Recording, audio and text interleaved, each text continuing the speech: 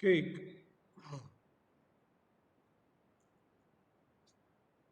speech writing is very important from examination point of view.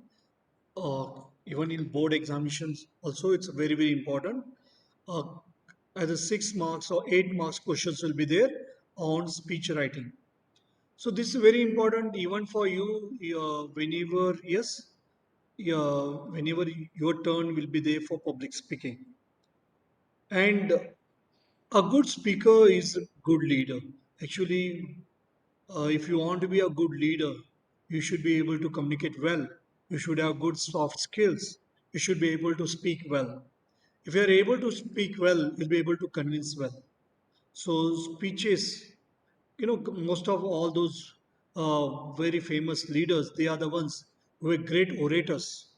You take, for example, the example of Kennedy or Atal Bihari Vajpayee or Prime Minister Modi. They are all great orators. Yes, and these great orators, they are able to convince people. They are able to attract even Hitler, a great dictator. I mean, a dictator, Hitler. How he could get support? How could he garner the support of masses? It's mainly because of their oratory. It's mainly because of their speeches. So speech writing is very important for us because first of all, when you are going to speak, you have to draft the speech, you have to write the speech, and therefore we'll take up today speech writing. Okay, so we'll just discuss about this, and I'm just yes,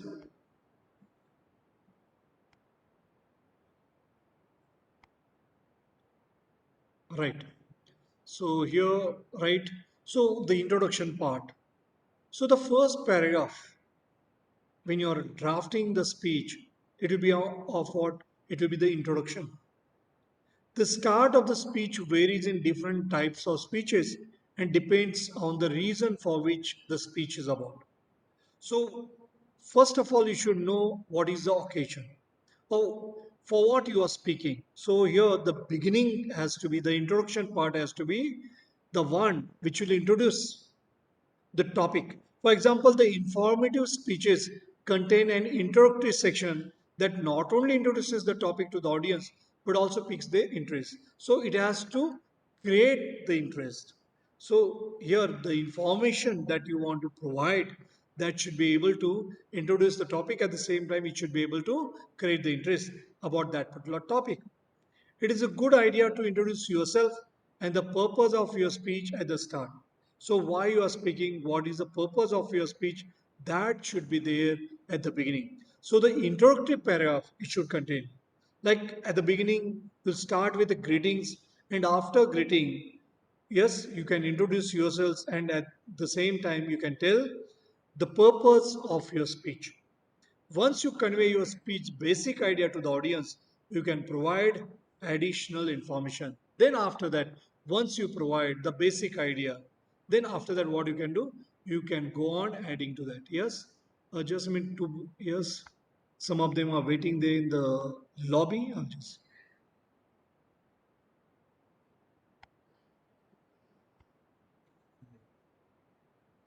okay, I can see a number is increasing now. Okay, right. So the first part is the introduction part. Next part, the body. See, the first paragraph, you begin with the greetings. So, in the case of the speech writing for the exam, you can just write there, yes, respected principal, huh, and respected principal, teachers, and my dear cadets. So, just you can write that and you can begin with that.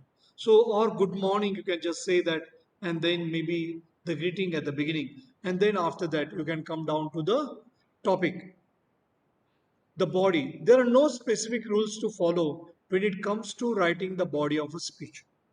So, when we talk about the body of the speech, what are we referring to? We are referring to the other paragraphs. So, the first paragraph is going to be introductory paragraph, but remaining body paragraphs, how will you write? So, you have to expand that what you have been talking.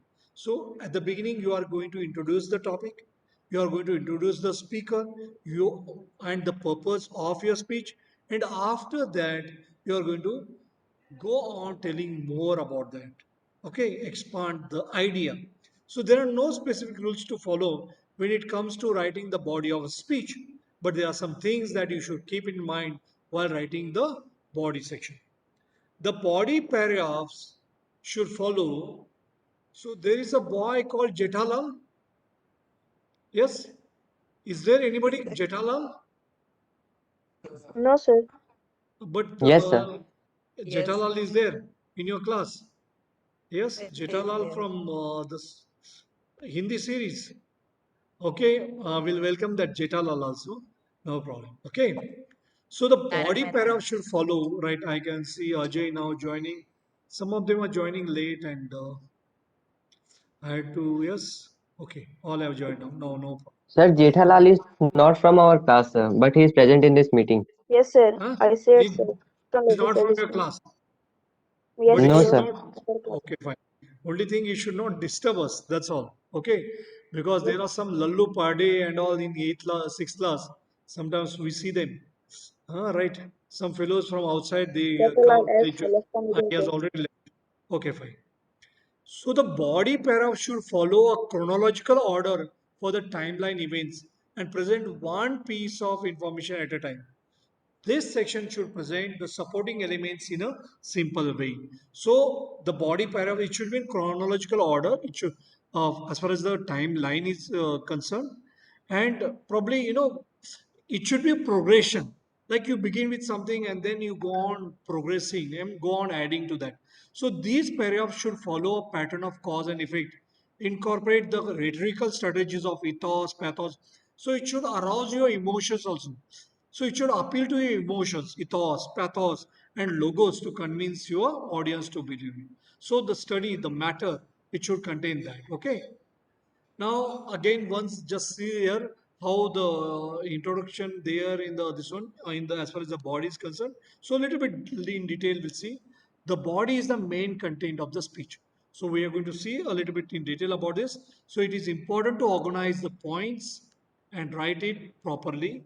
The first paragraph should be introduction to the topic. Then it should give a clear idea what the whole speech is going to be about. So try to keep the introduction short and precise. And how your introduction should be? It should be short and precise. So maybe it should attract the attention of everybody. So you should begin the speech in such a way that it attracts the attention of the audience. Let's go to the second and third. Yes.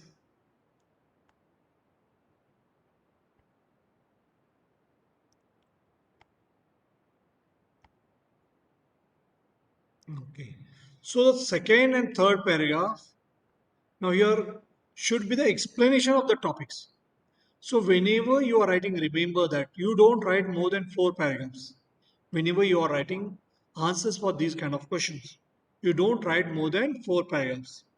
So the first paragraph, first begin with greeting, then after that have introductory paragraph, then come down to the second and third paragraph. These are all body paragraphs. The second and third paragraph should be the explanation of the topics. Explain the current situation, advantages and disadvantages if there are any. So pros and cons that you can go on expanding that. So one should not exceed the word limit. Usually these questions, they will provide you a word limit, maybe 120 to 150. So you shouldn't cross 150 or sometimes they will 150 words or maybe sometimes 200 words, depending upon how much weightage is given. So usually these questions will be for 6 marks or 8 marks. So mention all the important points. Always remember to start with a strong point. You can also give your personal opinion in 2 or 3 lines.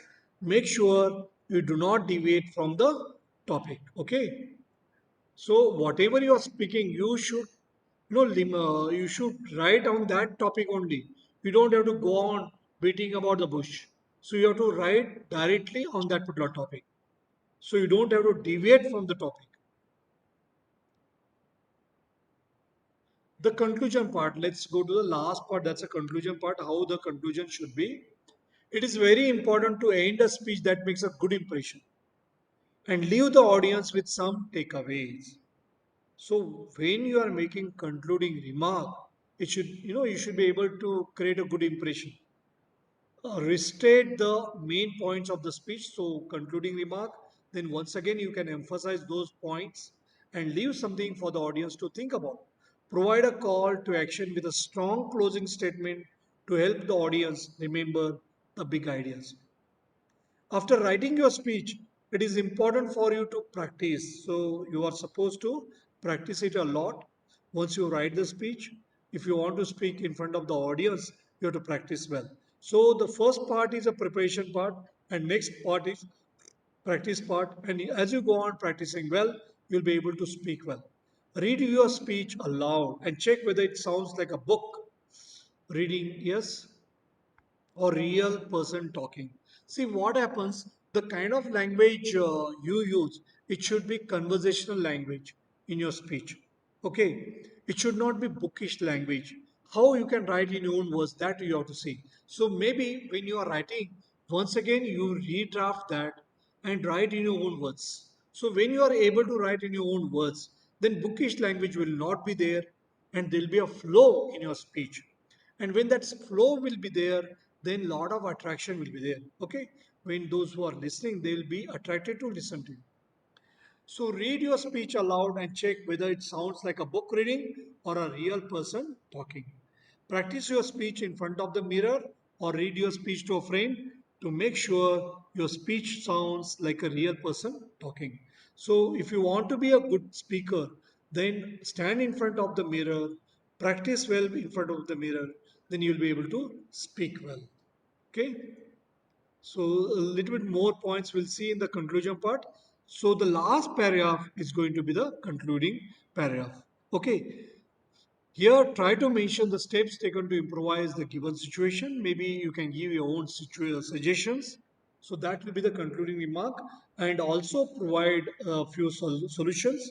The concluding line should be thanking the audience. So at the end, you can just thanks the audience. I mean, you can express your gratitude, or thank you very much. You can just say, or thank you can say, for their cooperation and patience.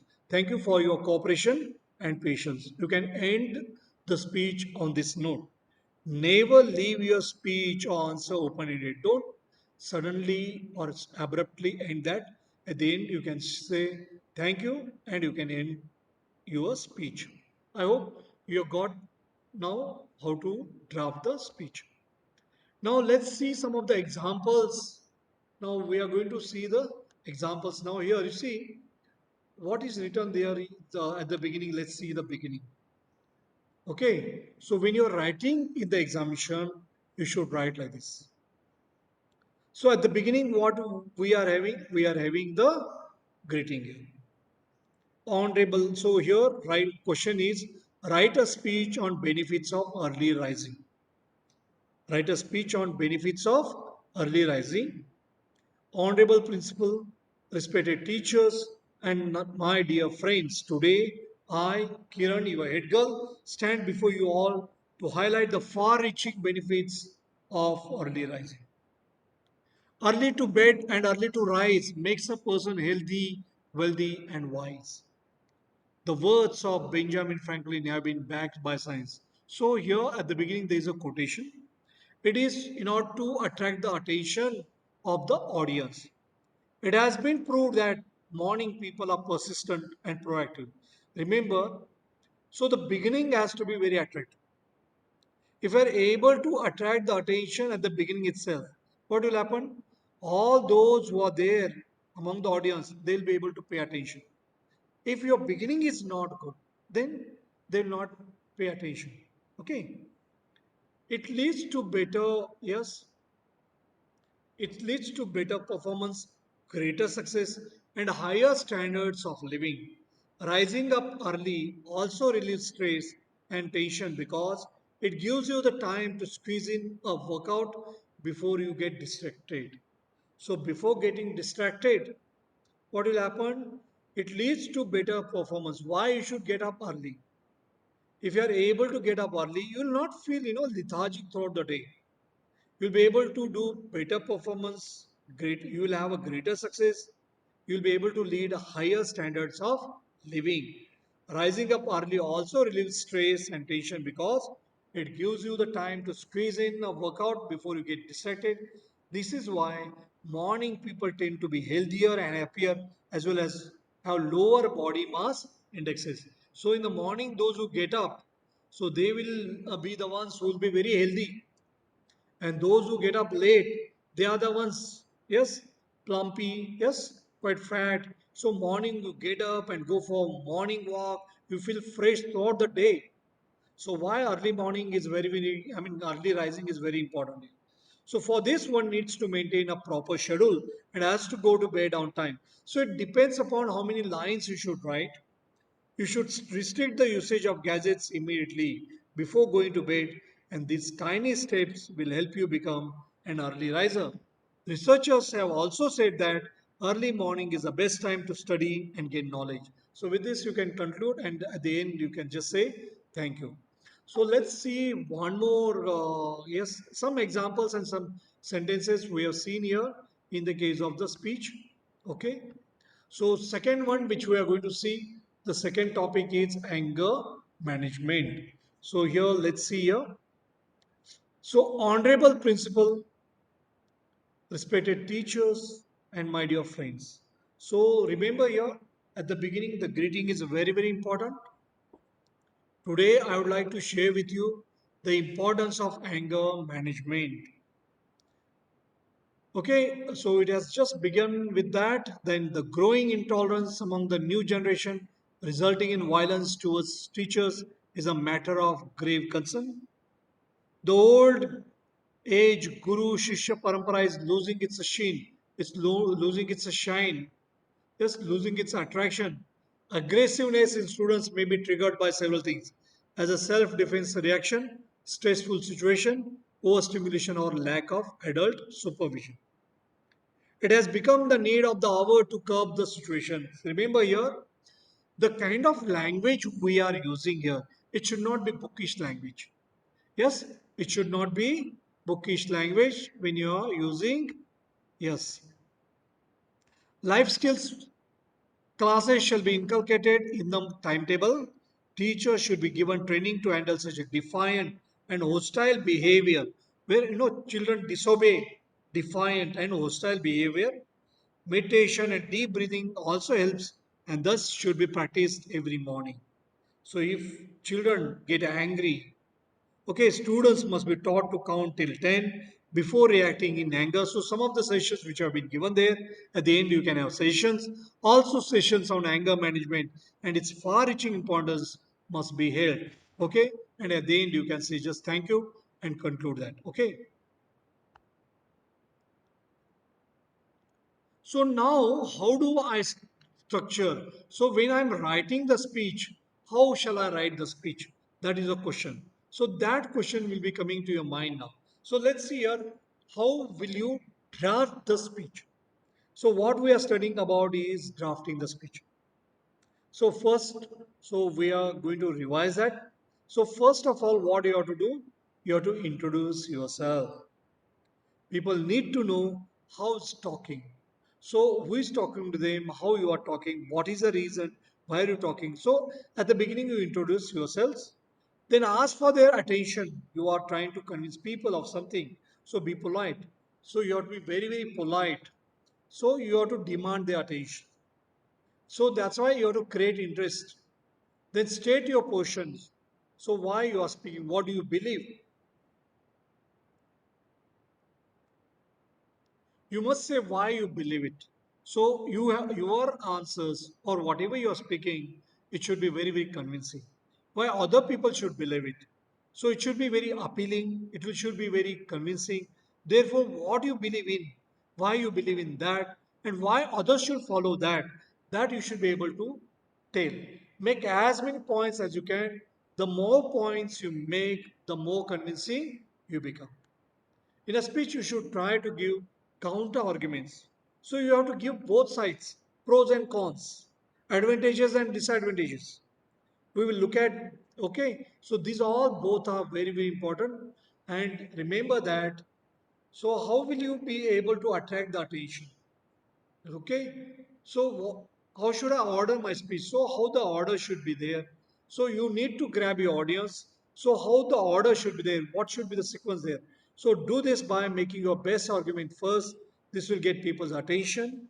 Save your second best argument for last. People will remember this. So give the rest. So the beginning has to be very good. The ending part, the end also has to be very good. So the best argument that should be there at the beginning, and second best argument should be there towards the end. So give the rest of your arguments in order, second best to least best. Okay.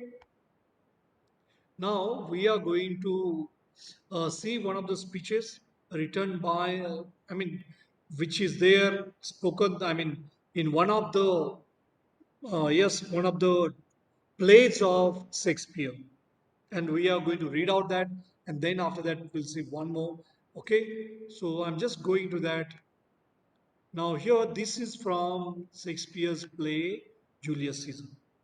So here, can you see this? William Shakespeare. So he lived about 400 years ago. He wrote many, many plays.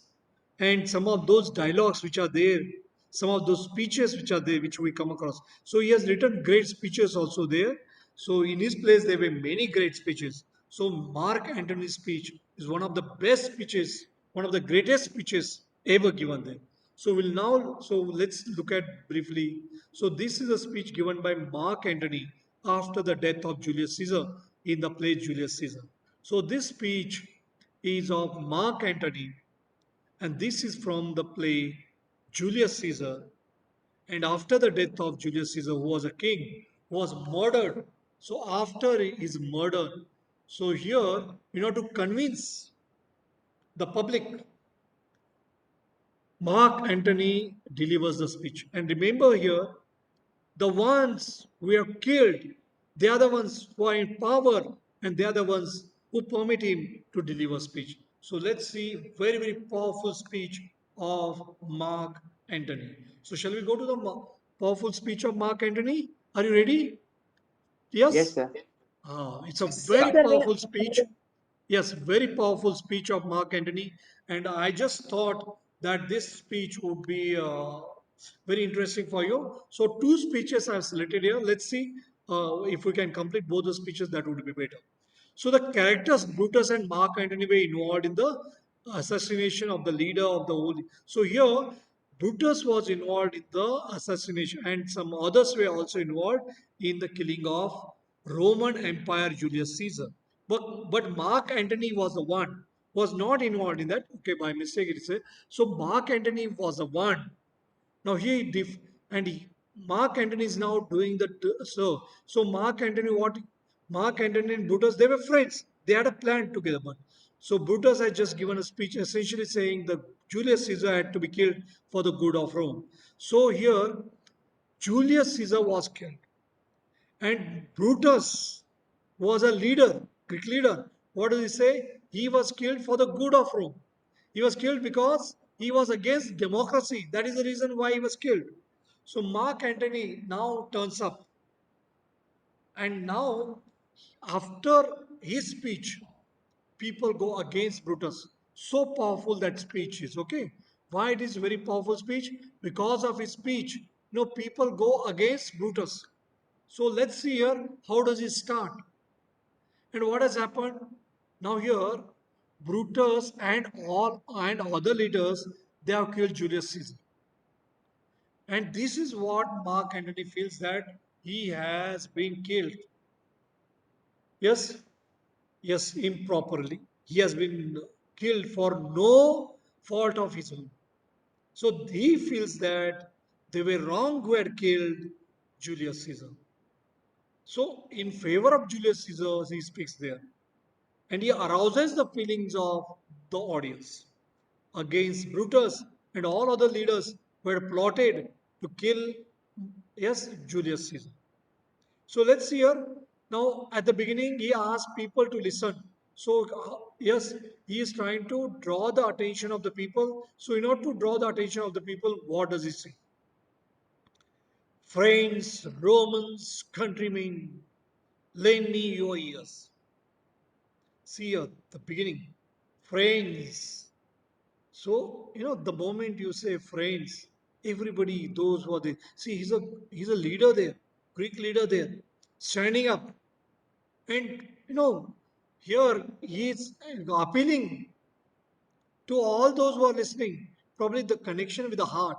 Friends, Romans, countrymen, you all, yes, we all want. Lend me your ears. Listen to me. He doesn't say, listen to me. He says, lend me your ears. These words you see, lend me your ears. I come to bury Caesar. Why did I come over here? I have come to bury Caesar.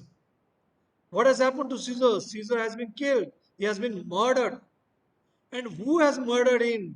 Romans, all other leaders. Who were the ones who were serving Caesar? They were the ones, what they have done? They have betrayed him and they have killed him. The whom he believed, they are the ones who are killed, not to praise him. So I come to bury Caesar. I come over here.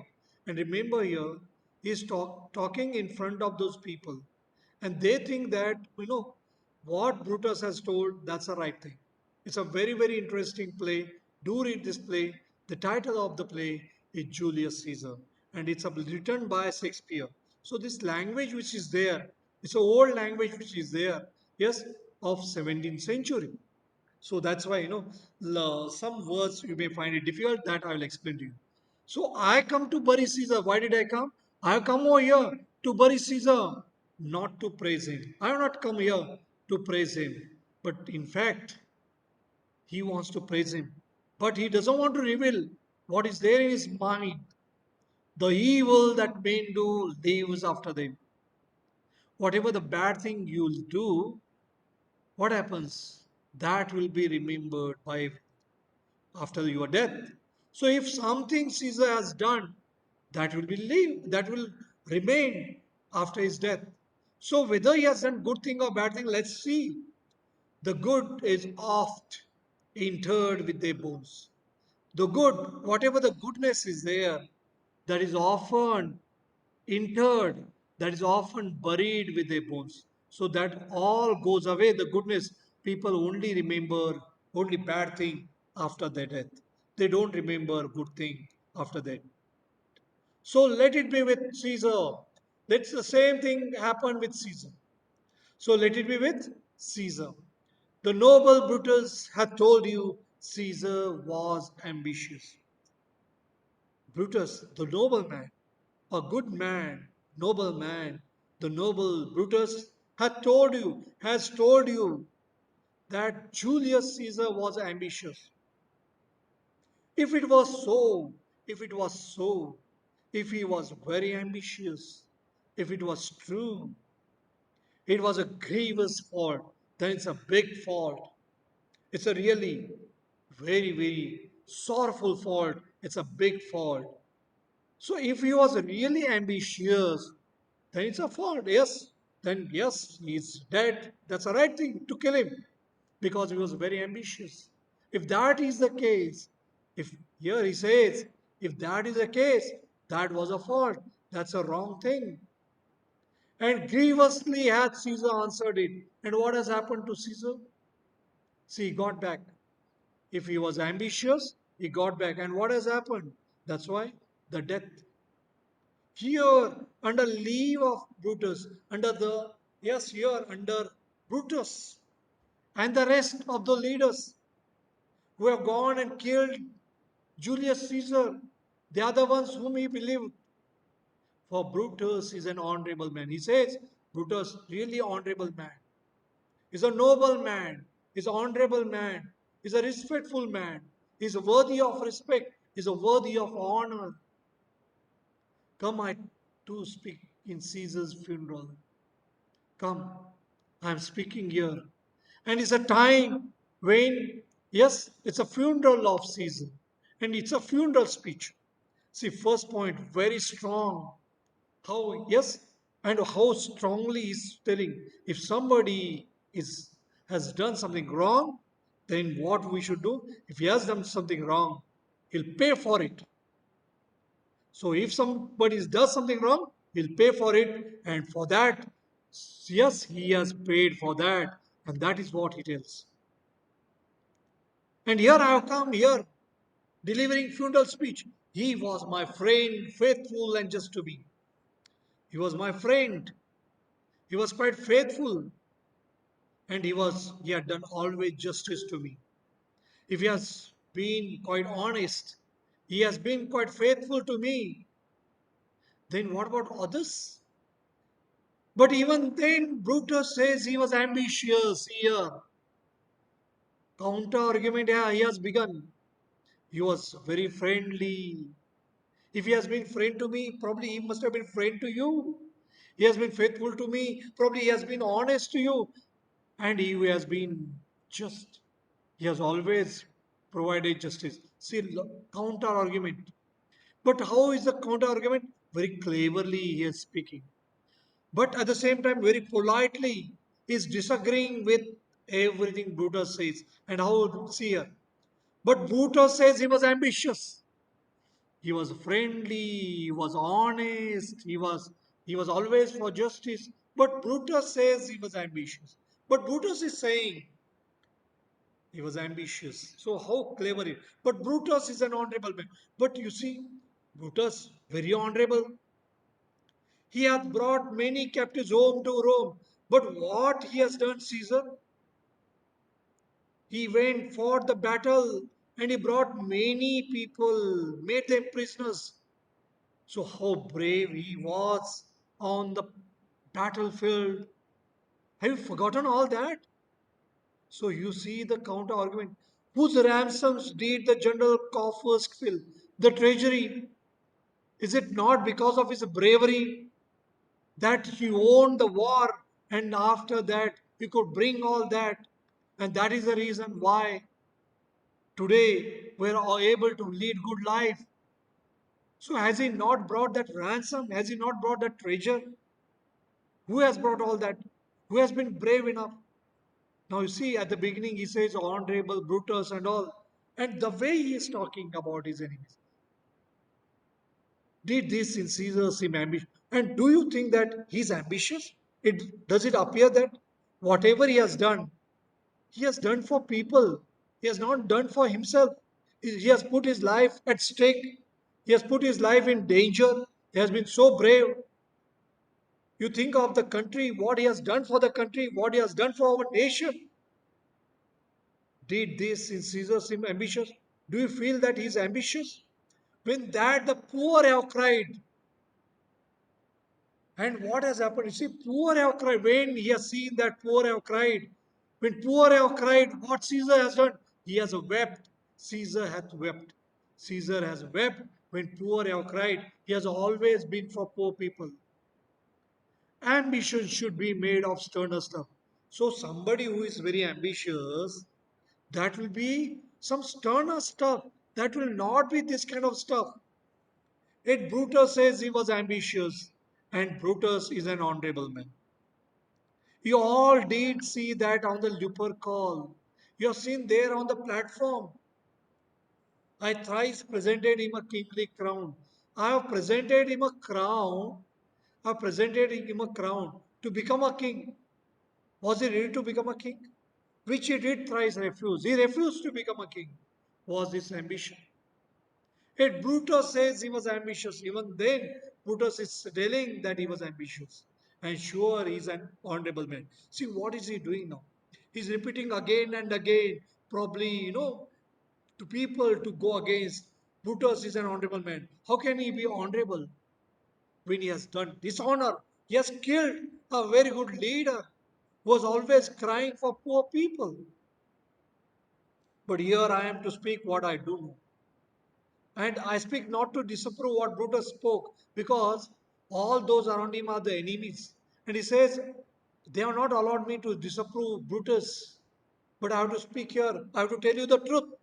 You all did love him once, not without cause. Simply you have not loved him. There was a particular reason for that. Why did you love him? And why these people have killed him? What cause withholds you then to mourn for him? So why are you not mourning? Why are you not crying? Oh, judgment! Oh God! Provide the judgment. Thou art fled to British base. What has happened? You are believing all these British myths. Oh, he's pricking the conscience of those people. Can't you judge? Who are all these people who have killed Julius Caesar? Men have lost their reason. They have forgotten their reasoning power. They're not thinking logically. They're just believing somebody says something, they believe all that. But was Caesar at fault? Bear with me, tolerate me. My heart is in the coffee there with Caesar. I am there with Caesar. He was a great leader, and I must pause till it come back to me. And I will wait till that time, till he comes. So what is he saying? He says that yes, Caesar was a great man. See the kind of appeal he has done. Yes, boys. So here in this speech, what do we see? The repetition. A really good trick to convince people is to sound like you are on the other side of the debate. So, how see convincing it is. And there is another speech which I'm coming down to, that very powerful public speaker, that is Martin Luther King, who has fought for equal rights for all American blacks. So, let's come to this. A part of the speech, because just ending the closing the session, that is the reason. And I'm just coming to I'll just read out that beautiful speech, simple speech. So I'll just read out for that you. I have a dream that one day this nation will rise up and live out the true meaning of its creed, of its faith. We hold these truths to be self-evident, that all men are created equal. I have a dream that one day on the red hills of Georgia, the sons of former slaves and the sons of former slave owners will be able to sit down together at a table of brotherhood.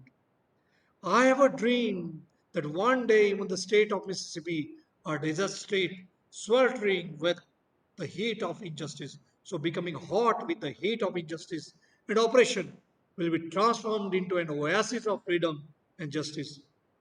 I have a dream that my four children will one day live in a nation where they will not be judged by the color of their skin, but by the content of their character.